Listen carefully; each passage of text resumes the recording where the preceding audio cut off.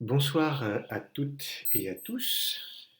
Donc, je suis le père Vincent Pollack, prêtre de Notre-Dame de Vie, en paroisse dans le diocèse de Créteil, du Val-de-Marne, paroisse de Fontenay-sous-Bois.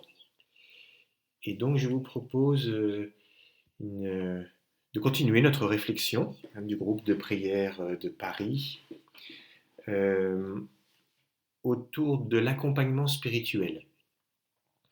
Et puisque dimanche dernier, deuxième dimanche de Pâques, qui, vous le savez, est dévolu à la célébration toute particulière de la miséricorde de Dieu, et que ce message nous est parvenu par Sœur Faustine, eh bien, on pourrait voir un petit peu ce thème de l'accompagnement spirituel chez trois mystiques, Sœur Faustine, Sœur Thérèse de l'Enfant Jésus, et nous commencerons par quelques propos de Saint Jean de la Croix. Voilà pour le menu de ce soir. Alors, en introduction, on pourrait se souvenir ce que nous dit justement Jean de la Croix, c'est que le passage vers Dieu se fait dans la nuit ou par la nuit.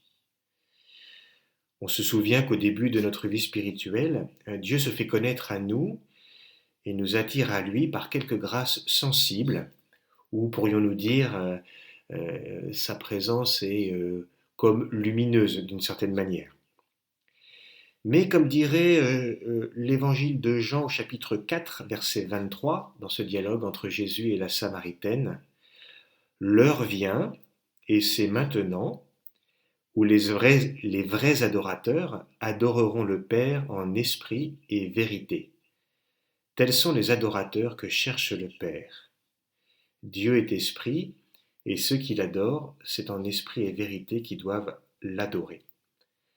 Donc, si nous voulons nous rapprocher de Dieu qui est esprit, nous devons approcher notre esprit de son esprit et approcher par l'esprit de manière spirituelle. Cela signifie que, au moins dans une large part, notre sensibilité ne percevra pas Dieu, n'aura pas d'expérience de lui, alors même que notre esprit, par la mise en œuvre des vertus théologales de foi, d'espérance et de charité, notre esprit est bien en contact réel avec Dieu.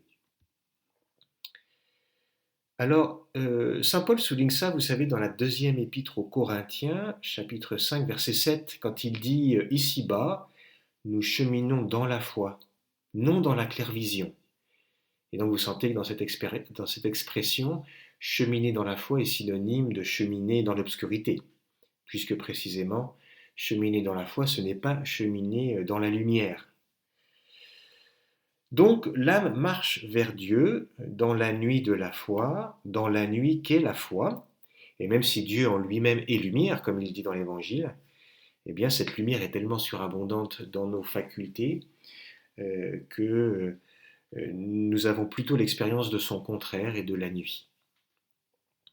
Donc la nuit est le passage que l'âme doit emprunter pour monter à la rencontre de Dieu. Voilà le premier point que je voulais vous rappeler ce soir. Deuxième point, Jean de la Croix nous dit que l'âme souffre de trois difficultés à entrer dans cette nuit. Et vous allez voir que c'est par là que je vais introduire notre thématique de l'accompagnement spirituel, puisque précisément, l'accompagnement spirituel va être un remède à l'une de ces trois difficultés. Alors, pour Jean de la Croix, la première difficulté pour une âme à entrer dans la nuit, c'est le problème de la générosité de l'âme. Elle ne le désire pas, parce qu'entrer dans la nuit, c'est onéreux de maintenir une relation avec Dieu alors même que nous n'en avons pas ou plus ou rarement de retour sensible, ce qui nous arrangeait bien parce que ça nous encourageait. Là, l'âme souffre violence du côté de ses sens qui sont d'une certaine manière mis en disette comme en carême, de la présence sensible de Dieu. Et donc, l'âme peut manquer de générosité, dit Jean de la Croix, à correspondre à cette invitation d'entrer dans la nuit pour une union plus grande. Ça, c'est la première cause de difficulté pour entrer dans la nuit, le manque de générosité des âmes. Et puis, la seconde cause de difficulté, c'est précisément la connaissance, le manque de guide. Alors voici ce que Jean de la Croix dit dans la montée du Carmel, au prologue. Et là, je suis au paragraphe numéro 4. Il arrivera que Dieu conduira cette âme par une voie très élevée de contemplation obscure, accompagnée de sécheresse, dans laquelle néanmoins elle se croira complètement égarée.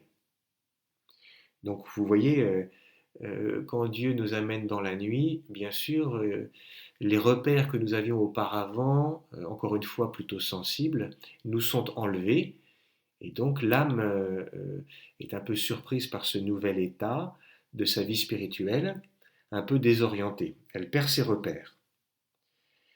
Et poursuit Jean de la Croix, tandis qu'elle est plongée dans ces ténèbres, en proie aux difficultés, aux angoisses, aux tentations, voici qu'elle rencontre un de ses consolateurs de Job. Donc vous vous souvenez, dans le livre de Job, il y a des consolateurs qui viennent tenter de remonter le moral de Job, mais finalement, ils lui procurent plus de difficultés qu'autre chose, parce qu'eux-mêmes manquent d'expérience et de science pour pouvoir comprendre l'état de Job et donc pouvoir le conseiller à bon escient. Eh bien, Jean de la Croix nous dit que cette expérience que Job fait d'avoir de mauvais conseillers qui ne comprennent pas son état, en fait, beaucoup d'âmes qui entrent dans la nuit subissent les mêmes difficultés de personnes qui pensent avoir compris leur état et en essayant de les conseiller, les troublent davantage.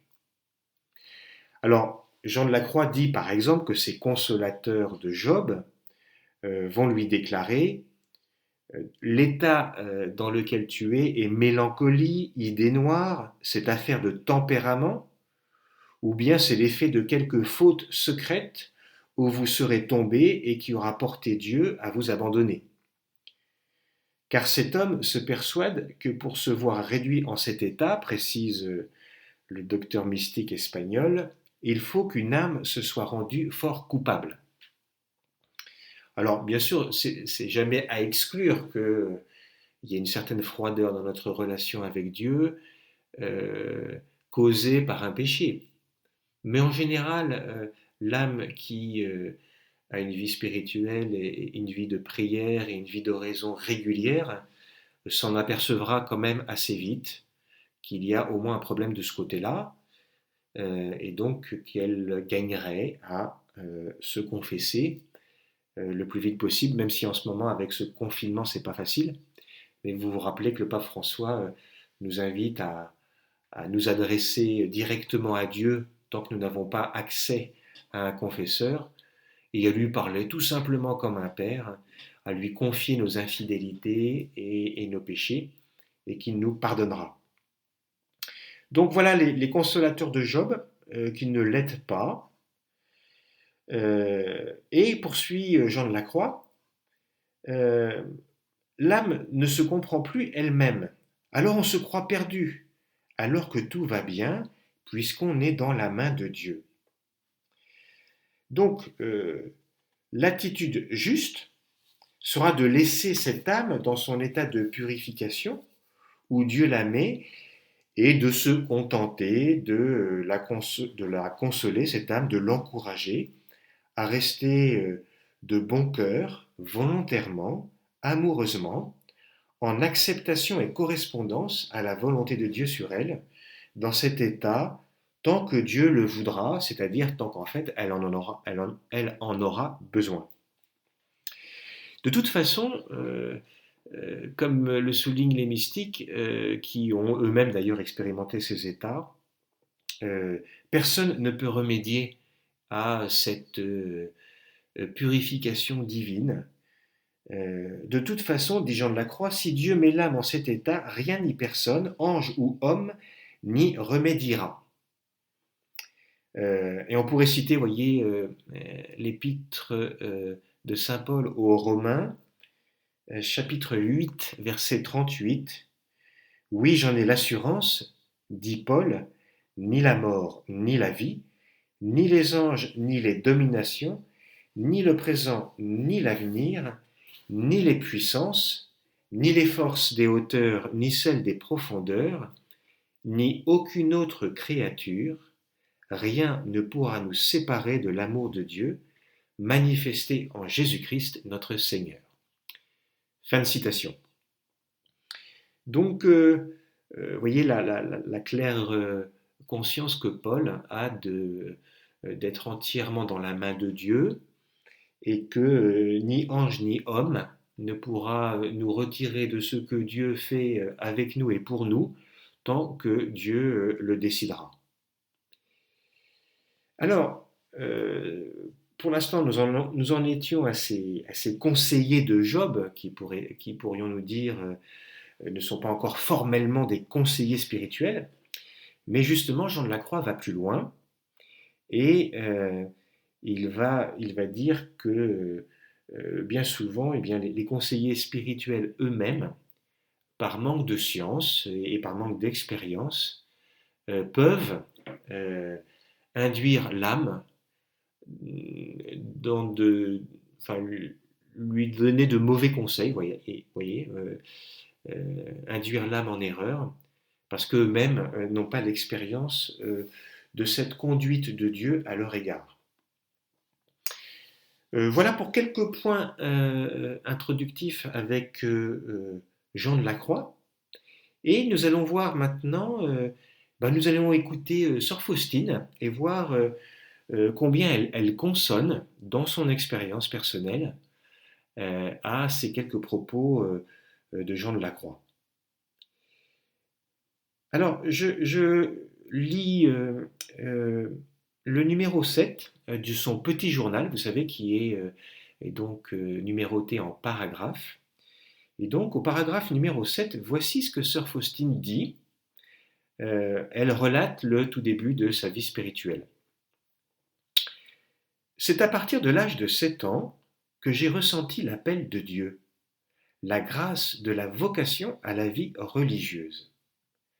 C'est à l'âge de 7 ans que j'ai entendu pour la première fois la voix de Dieu dans mon âme, c'est-à-dire une invitation à une vie plus parfaite. Mais je n'ai pas toujours été obéissante à la voix de la grâce. Je n'ai rencontré en effet personne qui aurait pu m'expliquer ces choses. Alors vous voyez, on peut dire 7 ans effectivement c'est bien jeune, et que Dieu a fait retentir des appels dans l'âme et dans le cœur de Sœur Faustine, et que elle n'a pas été capable, comme on peut le comprendre à cet âge-là, de bien discerner de quoi il s'agissait. C'est intéressant parce que vous voyez que Dieu, il peut y avoir ce qu'on pourrait appeler un décalage entre le don d'une grâce et sa compréhension. On voit ça déjà dans l'Évangile. Le Seigneur leur dit d'ailleurs, j'ai beaucoup de choses à vous dire, vous ne pouvez pas les porter maintenant, plus tard vous comprendrez. Et donc, il y a des choses que Dieu dit et que les disciples n'ont pas compris. Par exemple, tenez l'annonce de sa passion. À 3 reprises, il l'annonce dans l'Évangile. Et on a souvent cette note des évangélistes. Une fois que l'annonce est faite, ils ne comprirent pas, les disciples, ce qu'il, Jésus, voulait leur dire. Et donc, évidemment, ils comprennent les mots, mais ils ne voient pas bien de quoi il s'agit. On pourrait dire la même chose d'ailleurs de la royauté du Seigneur, puisque vous vous rappelez que nous allons vers cette fête, l'ascension du Seigneur. Est-ce maintenant que tu vas rétablir la royauté en Israël ? alors qu'il n'a pas arrêté de leur dire que son royaume n'est pas de ce monde et que c'est pas d'une royauté humaine et terrestre qu'il est chargé d'établir, mais de nous faire parvenir au royaume des cieux. Donc vous voyez, Sœur Faustine, à 7 ans, se voit déjà l'objet des prévenances de la grâce divine qui vient toucher son âme, mais elle a du mal à y correspondre bien, dit-elle, parce qu'elle ne comprend pas bien, parce qu'il lui manque des personnes capables, aptes à lui expliquer ce qui se passe, ce que Dieu fait avec elle. Cependant, ça n'empêche pas Dieu de lui donner ses grâces. Et donc on voit que il y a un temps pour tout, comme dirait un proverbe de sagesse, n'est-ce pas? Il y a un temps pour donner la grâce et un temps pour la comprendre, pourrions-nous dire. Alors peut-être que ça nous arrive aussi, nous, dans notre vie. Il y a des moments où on a l'impression qu'il y a des choses qui nous viennent de Dieu, des lumières, et que c'est pas, enfin, leur sens et leur signification n'est pas immédiatement très clair. Alors vous voyez qu'il y a des précédents dans notre tradition familiale chrétienne. Je continue au numéro 52 du petit journal de Sœur Faustine, où on voit que malgré les grandes grâces qu'elle reçoit de Dieu, eh bien, elle perçoit, et cela lui est dit à Sœur Faustine, de rechercher une confirmation extérieure d'un confesseur ou d'un accompagnateur. Donc vous voyez, non seulement pour lui exprimer ce que Dieu fait avec elle, mais d'une certaine manière aussi, pas simplement pour le faire comprendre, mais pour en attester l'origine divine. Alors je la cite au numéro 52, paragraphe 52.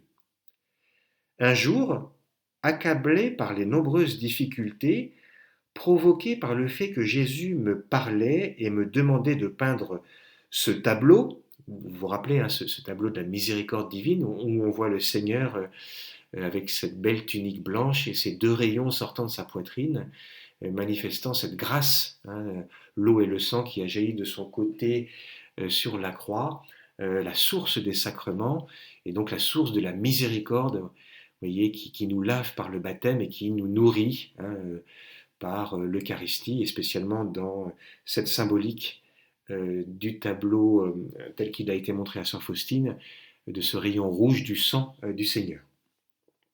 Et donc, Jésus me parlait et me demandait de peindre ce tableau.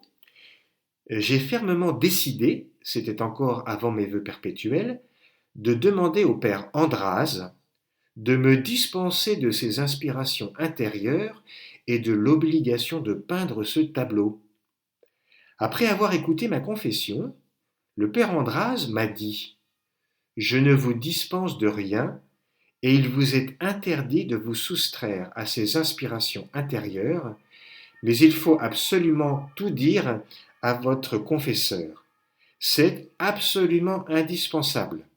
Sinon, vous allez vous égarer, malgré les grandes grâces que vous recevez de Dieu.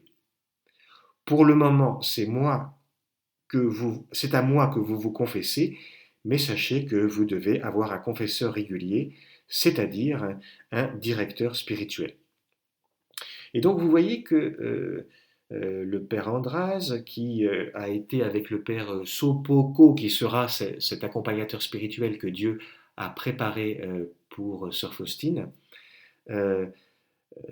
ces prêtres n'auront de cesse de rappeler à Sœur Faustine que malgré toute la lumière dont elle jouit, et toute cette intimité qui est quand même magnifique et extraordinaire, telle qu'elle se déploie dans le petit journal, eh bien qu'elle a besoin de recevoir des ministres du Seigneur la confirmation, le sens et la confirmation des grandes grâces qu'elle reçoit. Et on se rappelle, au début de l'année, quand on avait commencé à aborder cette thématique, de cet autre propos de Jean de la Croix, qui effectivement avait dit que Dieu se plaît à confirmer les grâces qu'il donne à une âme par une autre personne humaine. Il aime beaucoup faire cela, Et donc on voit que dans la vie des mystiques, il y a toujours eu ces confirmations par l'Église, que ce soit par les supérieurs légitimes ou par des prêtres, des confesseurs, des accompagnateurs. Donc il est important d'être aidé spirituellement et il doit y avoir une certaine stabilité. Voilà, ça c'est le troisième point, vous voyez. Un premier point, une grâce peut être donnée. Hein, on l'a vu quand Sœur Faustine avait 7 ans. Une grâce peut être donnée et son explication peut être différée à plus tard. Deuxième point, c'est pas parce qu'on a des grandes grâces mystiques qu'on n'a pas besoin de la confirmation d'un ministre de l'Église ou d'une conseillère spirituelle d'ailleurs, hein, ça peut être aussi une femme bien sûr. Troisième point, il y a cette idée de stabilité. Euh, Voici ce que dit Sœur Faustine au numéro 34 du Petit Journal. Lorsque j'ai parlé de certaines de ces choses, hein, les grâces extraordinaires qu'elle reçoit, à mon confesseur, il m'a dit qu'elles pouvaient effectivement venir de Dieu, mais qu'elles pouvaient aussi être une illusion, d'où la nécessité d'un discernement et donc d'un accompagnement. Comme je changeais, dit Sœur Faustine, souvent de maison, hein, au gré de ses nominations, comme sœur de sa congrégation dans telle ou telle maison, je n'avais pas de confesseur permanent. Et de plus, j'éprouvais beaucoup de difficultés à exprimer ces choses. Alors, bien sûr, si Sœur Faustine change de maison, c'est parce que ses supérieurs lui demandent, et donc elle est dans l'obéissance, et donc il n'y a aucune faute de sa part, bien au contraire, d'ailleurs c'est un acte vertueux, mais en même temps on sent qu'elle déplore le manque de fidélité et la constance dans l'accompagnement avec un guide spirituel. Et donc on pourrait retenir ça aussi. Euh, à partir du moment où, voilà, on a la grâce de recevoir une accompagnatrice ou un accompagnateur, eh bien, et qu'on a eu quelque temps pour discerner si on pouvait bien fonctionner entre guillemets ensemble, eh bien, il est bon d'essayer d'être fidèle à cette relation dans la durée et dans le temps, parce que cela va servir la qualité de cette relation d'accompagnement. Donc, Sœur Faustine se rend compte de l'importance d'avoir un référent spirituel stable et elle en demande la grâce. Alors voilà le point suivant. Si nous ne profitons pas déjà des bienfaits d'un accompagnement spirituel, si nous en ressentons le besoin, parce qu'il peut y avoir des moments où c'est pas nécessaire, où tout va bien et les choses sont assez claires pour nous, euh, eh bien, si nous ressentons le besoin hein, d'un accompagnement spirituel, on peut en faire la demande à Dieu. Alors, voici ce que Sœur Faustine écrit, toujours au numéro 34.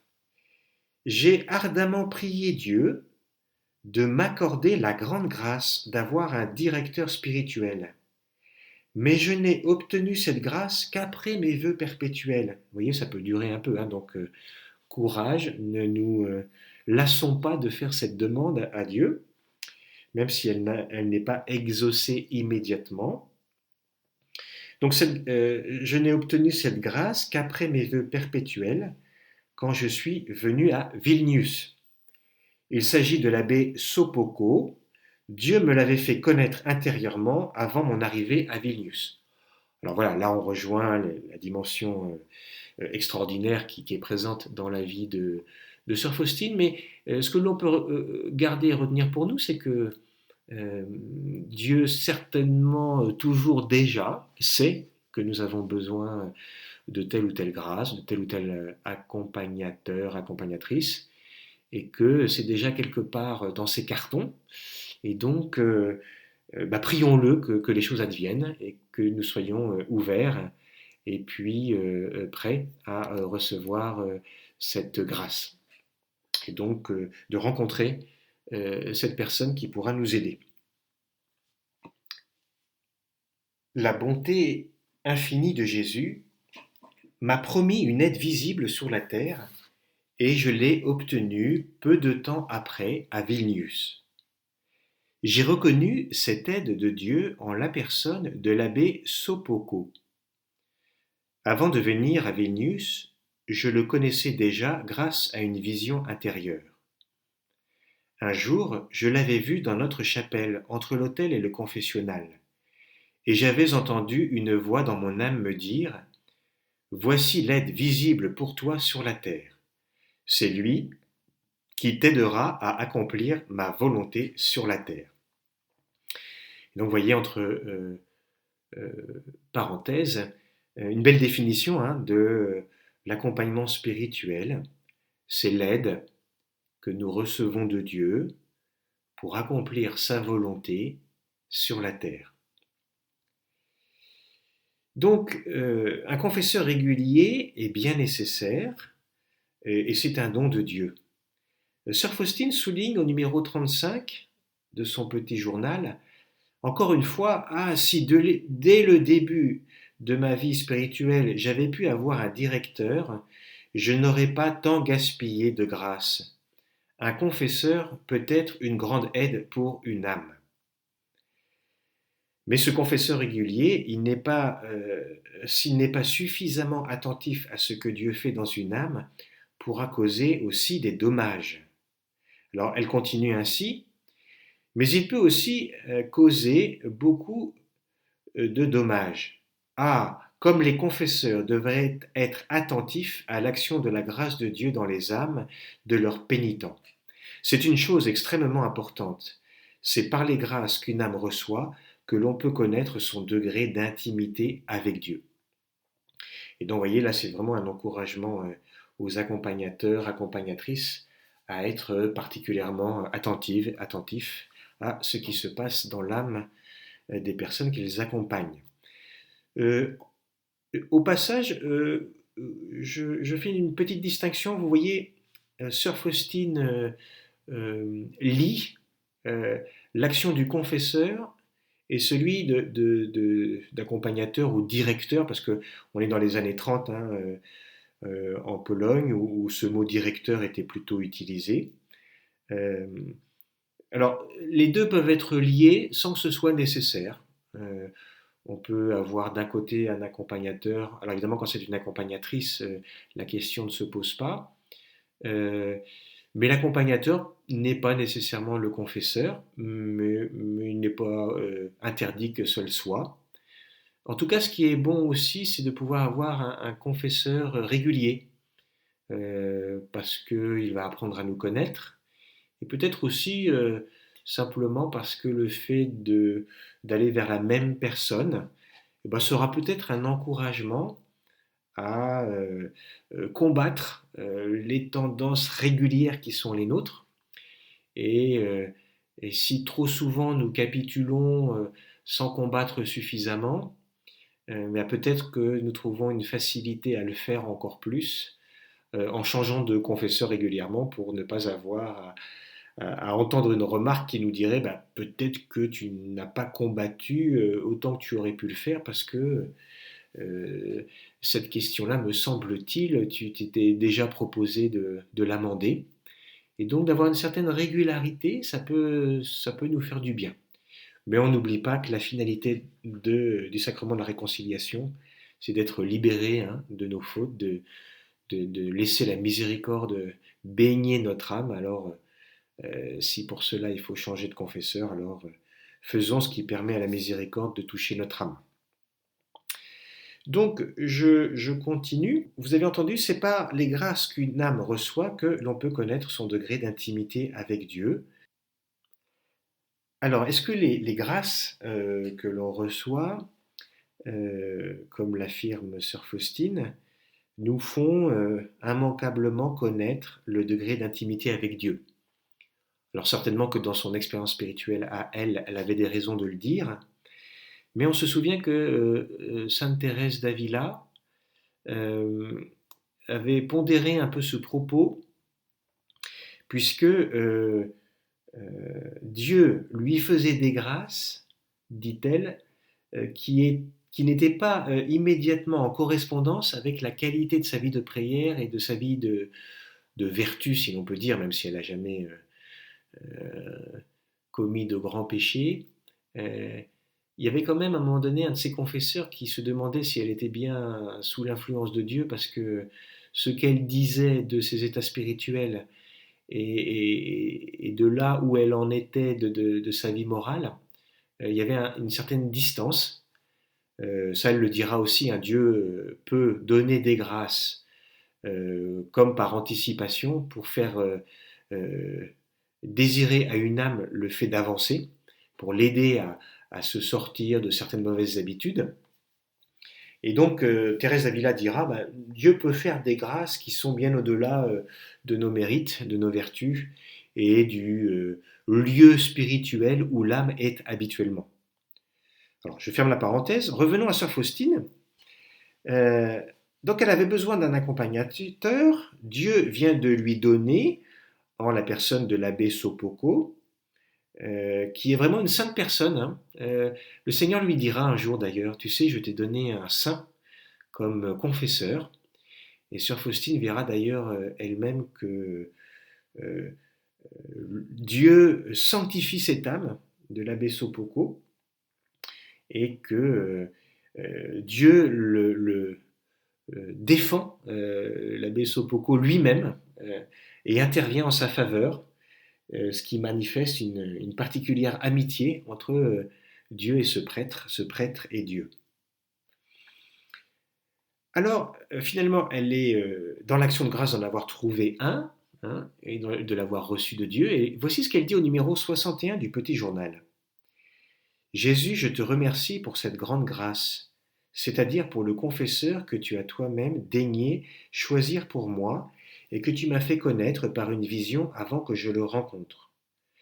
Quand je suis allé me confesser au Père Andras, j'espérais qu'il me libérerait de mes aspirations. Il m'a dit qu'il ne pouvait pas le faire. Alors Dieu a fait cette grâce d'un accompagnateur à Sœur Faustine, cet abbé Sopoko. Mais Dieu ne veut pas nécessairement que nous soyons accompagnés à tous les moments de notre vie spirituelle. Dieu veut parfois prendre lui-même en charge la direction d'une âme. Voici ce que Sœur Faustine dit au numéro 108. Avant de rencontrer le père Sopoko, je n'avais pas de directeur spirituel et je ne recevais aucune direction. Je demandais un directeur au Seigneur, mais il ne m'en donnait pas. Et voilà une raison qu'elle donne. C'est Jésus lui-même qui est mon maître depuis l'enfance jusqu'à maintenant. Il m'a mené à travers tous les déserts et tous les dangers. Et je vois clairement que seul Dieu pouvait me faire traverser de tels dangers sans qu'il n'en résulte aucun dégât, ni aucun dommage pour mon âme, qui resta intacte. Je remportai la victoire sur toutes les difficultés qui étaient inconcevables et j'en sortais. Le Seigneur ne me donna un directeur que plus tard. Et du coup, vous voyez, ce numéro 108 éclaire le premier numéro, hein, numéro 7, que nous avons vu tout à l'heure, quand elle parlait de son enfance et de ses premières années de vie spirituelle, de relation avec le Seigneur, où elle ne trouvait personne pour l'éclairer. Et là, elle en donne une raison, c'est que peut-être que aucun être humain n'aurait été capable de la guider, du moins c'est ce qu'elle dit. Dieu seul, euh, tant cela était délicat et apparemment difficile, Dieu seul pouvait la guider pour l'amener là où le Seigneur voulait qu'elle soit. Alors, ça vous rappelle peut-être quelque chose, parce que Sainte Thérèse de l'Enfant Jésus a fait la même expérience. Au manuscrit A, les manuscrits autobiographiques, hein, dans son manuscrit autobiographique, manuscrit A, folio 34, voici ce qu'elle dit. J'avais écrit au bon père Pichon de me recommander à ses prières. Alors, vous vous souvenez peut-être, le père Pichon, un prêtre jésuite, était le directeur spirituel des sœurs de Thérèse, et donc tout naturellement, quand Thérèse a commencé à penser à un accompagnateur et à quelqu'un qui pourrait la guider, elle a pensé à lui. Et donc j'avais écrit au bon Père Pichon pour me recommander à ses prières, lui disant aussi que bientôt je serais carmélite et qu'alors il serait mon directeur. C'est en effet ce qui arriva 4 ans plus tard, puisque ce fut au Carmel que je lui ouvris mon âme. Et au folio 70 de ce même manuscrit A, Thérèse poursuit. Le père Pichon étant venu pour la profession de sœur Marie du Sacré-Cœur, il fut surpris de voir ce que le bon Dieu faisait en mon âme, et me dit que la veille, m'ayant considéré, priant au cœur, il croyait ma ferveur toute enfantine et ma voix bien douce. Mon entrevue avec le bon père fut pour moi une consolation bien grande, mais voilée de larmes à cause de la difficulté que j'éprouvais à ouvrir mon âme. Je fis cependant une confession générale, comme jamais je n'en avais faite. À la fin, le Père me dit ces paroles les plus consolantes qui soient venues retentir à l'oreille de mon âme. En présence du bon Dieu, de la Sainte Vierge et de tous les saints, je déclare que jamais vous n'avez commis un seul péché mortel. Alors, vous voyez que Thérèse, arrivant au Carmel, reçoit ce père Pichon comme son directeur, s'ouvre à lui, reçoit des consolations de lui, et donc des lumières. Mais voilà que le père Pichon va partir. Voici ce que Thérèse de l'Enfant Jésus écrit au folio 71 du manuscrit A. J'ai dit que Jésus avait été mon directeur. En entrant au Carmel, je fis connaissance avec celui qui devait me servir de directeur, et donc elle vient d'en parler, le père Pichon. Mais à peine m'avait-il admise au nombre de ses enfants qu'il partit pour l'exil, c'est-à-dire qu'il est parti en mission au Canada. Ainsi, je ne l'avais connu que pour en être aussitôt privé, réduite à recevoir de lui une lettre par an sur 12 que je lui écrivais. Cela dit, vous voyez, ça nous donne en passant aussi un critère de régularité de rencontre, 12 fois par an, une fois par mois.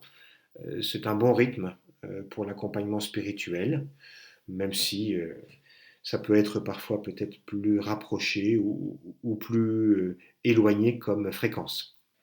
Et donc, elle en est réduite à recevoir de lui une lettre par an sur 12 qu'elle lui écrit. Mon cœur se tourna bien vite vers le directeur des directeurs, et ce fut lui, Jésus, qui m'instruisit de cette science cachée aux savants et aux sages, qu'il daigne révéler aux plus petits. Et donc, poursuit-elle, au folio 74, depuis la prise d'habit, j'avais déjà reçu d'abondantes lumières sur la perfection religieuse, principalement au sujet du vœu de pauvreté. Et là, elle va prendre un exemple pour montrer comment son directeur, Jésus, la forme personnellement, intérieurement. Pendant mon postulat, j'étais contente d'avoir de gentilles choses.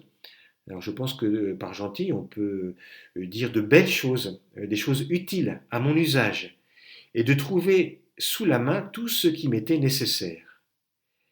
Mais Jésus veille. Mon directeur, précise-t-elle, souffrait cela patiemment, car il n'aime pas à tout montrer aux âmes en même temps. Il donne ordinairement sa lumière petit à petit. Au commencement de ma vie spirituelle, vers l'âge de 13 ou 14 ans, je me demandais ce que plus tard j'aurais à gagner. Je croyais qu'il m'était impossible de mieux comprendre la perfection. J'ai connu bien vite que plus on avance dans ce chemin, plus on se croit éloigné du terme. Aussi maintenant, je me résigne à me voir toujours imparfaite et j'y trouve ma joie.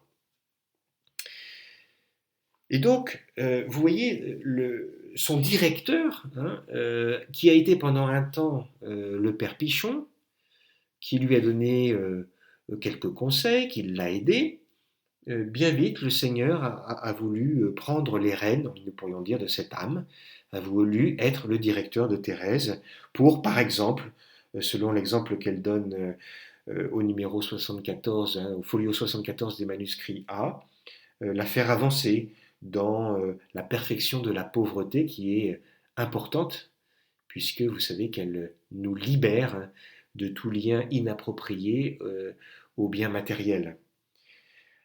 Alors, vous voyez, Thérèse peut bénéficier d'un appui humain, le Père Pichon, puis il lui est retiré.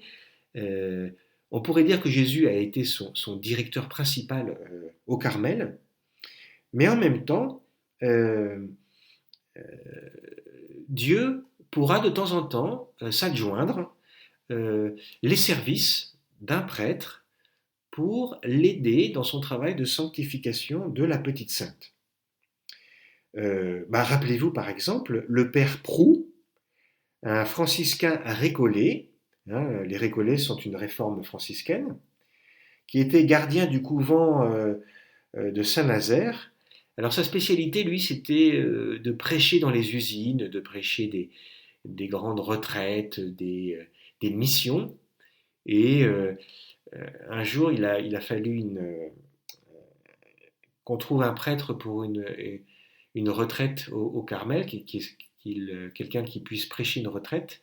Et le prêtre qui était prévu n'avait pas pu venir, et un peu à la dernière minute, on avait trouvé ce franciscain, mais pensait-on un spécialiste des grandes foules d'une certaine manière, et de la conversion des âmes un peu lointaines par rapport à Dieu, ne conviendrait pas bien pour des carmélites qui précisément étaient un peu plus proches de Dieu. Et pourtant, vous savez comment dans les manuscrits autobiographiques, lui qui prêcha la retraite au Carmel de Lisieux en octobre 1891, va beaucoup aider Thérèse. Alors voici ce qu'elle dit au manuscrit A, folio 80.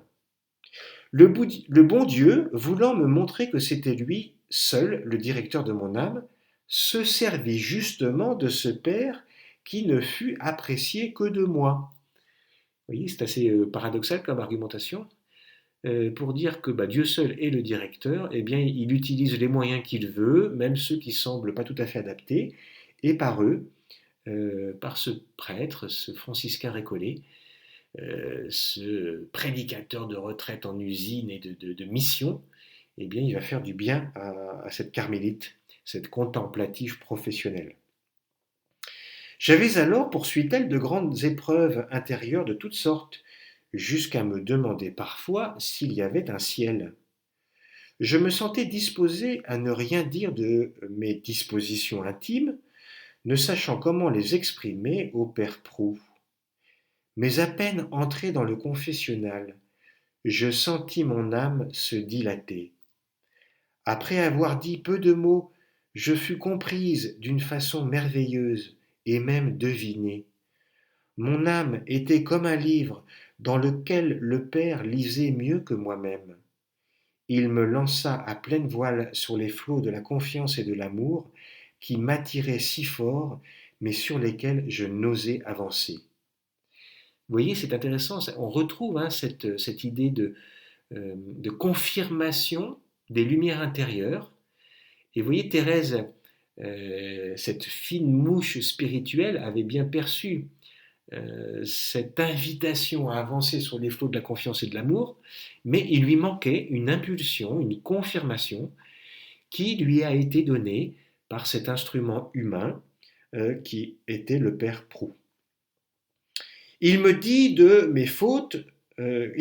mes fautes ne faisaient pas de peine au bon Dieu, que tenant sa place, il me disait de sa part qu'il était très content de moi. Voilà, donc vous voyez que Jésus sait s'adjoindre les services de qui il veut parmi les êtres humains pour venir nous trouver et confirmer les lumières qu'il dépose dans notre cœur. Et en même temps, il continue à les donner, ces lumières, indépendamment de toute médiation humaine. Je vous lis la lettre 147 à sa sœur Céline. Ma sœur chérie, heureusement que c'est à toi que je parle, car d'autres personnes ne sauraient pas comprendre mon langage. En effet, les directeurs, c'était le cas à l'époque de Thérèse, font avancer dans la perfection en faisant faire un grand nombre d'actes de vertu, et ils ont raison. Mais mon directeur, qui est Jésus, ne m'apprend pas à compter mes actes. Il m'enseigne à faire tout par amour, à ne lui rien refuser, à être contente quand il me donne une occasion de lui prouver que je l'aime. Mais cela se fait dans la paix, dans l'abandon. C'est Jésus qui fait tout et moi je ne fais rien. Et donc vous voyez cette alternance dans la vie spirituelle de Thérèse entre des inspirations qui lui viennent directement du Seigneur et qu'elle perçoit dans son cœur, dans son âme, dans son intériorité, et en même temps des confirmations qui lui sont données extérieurement par des prêtres, par des médiations humaines. Et je pense qu'il en est ainsi bien souvent dans notre vie spirituelle. Il y a cette alternance entre les grâces que Dieu nous fait directement et celles qu'il nous fait par l'intermédiaire de tiers et qui permettent de confirmer ce qu'il fait en nous. Alors, nous voici arrivés à la fin de ce temps d'enseignement. Je voudrais résumer brièvement notre parcours. Nous avons commencé par nous référer à Saint Jean de la Croix qui nous a rappelé que le passage vers Dieu qui est esprit se fait dans la nuit, que les âmes rencontrent des difficultés à entrer dans cette nuit, notamment par manque de connaissances, manque de conseils, manque de guides expérimentés. Et puis nous avons vu l'exemple de sœur Faustine, comment dès son plus jeune âge, euh, elle a, dès 7 ans d'ailleurs, réalisé ce qu'elle réalisera plus tard, qu'elle ne comprenait pas bien les sollicitations de la grâce et que assez vite elle a réalisé le besoin qui était le sien d'un accompagnement spirituel pour exprimer ce que Dieu, pour expliciter ce que Dieu faisait dans sa vie. Et puis, dans un quatrième point, nous avons vu aussi que il lui a été dit à sœur Faustine de la part de ses confesseurs que malgré les très grandes grâces qu'elle recevait dans sa vie, cela n'empêchait pas le besoin qui était le sien de recevoir des confirmations par les ministres de l'Église, en l'occurrence pour elle ses supérieurs et ses confesseurs. Dans un cinquième point, nous avons vu aussi que parfois Dieu peut permettre qu'une âme, on l'a vu avec Sœur Faustine, on l'a vu avec Thérèse de l'Enfant Jésus, puisse passer d'assez longues périodes sans trouver un confesseur, et que Dieu, enfin un confesseur, un accompagnateur, et que Dieu pouvait prendre sur lui de guider cette âme pendant un moment, pour des raisons que lui connaît, quand l'âme ne peut pas faire autrement et ne pas trouver de guide, ce qui est toujours souhaitable. Et puis, dans un sixième point, euh, nous avons vu que Sœur Faustine avait prié longuement pour obtenir un confesseur et un directeur, et qu'elle a obtenu cette grâce que Dieu lui avait préparée, et que nous-mêmes, nous pouvons prier pour l'obtenir. Et enfin, en guise de conclusion, nous avons vu comment dans la vie de Thérèse de l'Enfant Jésus, c'est le père Alexis Proux, un franciscain récollet, plutôt spécialiste des missions dans les milieux ouvriers, qui ne semblait pas a priori adapté pour des carmélites et des contemplatifs professionnels. Et bien comment c'est par lui que le Seigneur a éclairé Thérèse pour la lancer à pleine voile sur la mer de la miséricorde et de l'abandon spirituel. Voilà. Et donc Dieu peut éclairer comme il veut, qui il veut, pour le bien des âmes. Voilà, mais j'espère que ces quelques mots et ces quelques réflexions pourront vous aider. Et puis si vous avez des questions, n'hésitez pas à les faire remonter à Alix, à Augustin ou à moi-même. Voilà, merci bien. Bonne soirée.